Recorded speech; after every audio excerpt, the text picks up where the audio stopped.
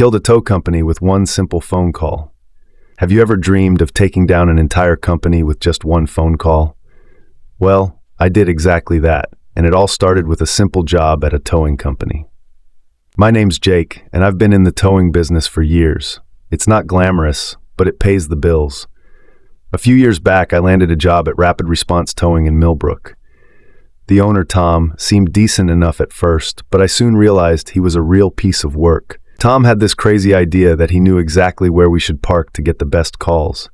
He'd make us sit in specific spots for hours, sometimes in scorching heat or freezing cold. To top it off, he installed GPS trackers in all the trucks, so he could monitor our every move. Heaven forbid we turn on the AC or heat to stay comfortable while waiting.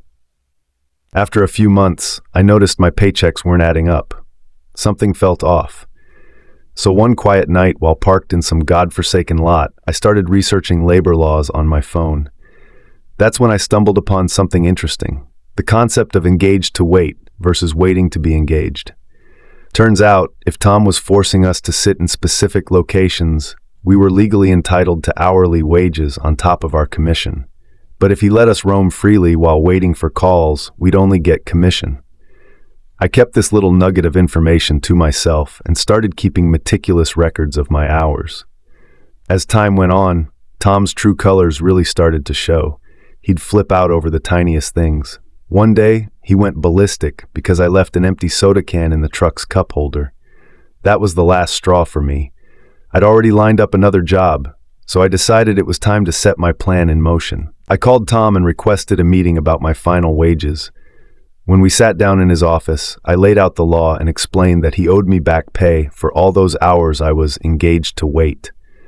Tom's face turned beet red. He flat out refused to pay, claiming it wasn't part of our original agreement. I didn't argue. I just took my final check and walked out, knowing I had an ace up my sleeve. The following Monday, I made that one fateful phone call to the State Labor Board. I explained the situation, and let me tell you, they were all ears.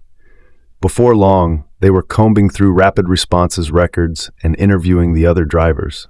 When the dust settled, Tom was hit with a bill so massive it would make your eyes water. He had to pay back wages to every single driver he'd ever shortchanged. It was more than he could afford. In the end, Tom had to sell off everything. The trucks, his fancy boat, even the company lot. Rapid Response Towing was no more. Did I get all the money I was owed? Not even close.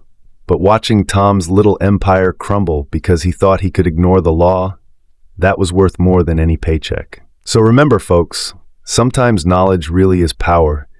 And in my case, it was enough to bring down an entire company with just one phone call.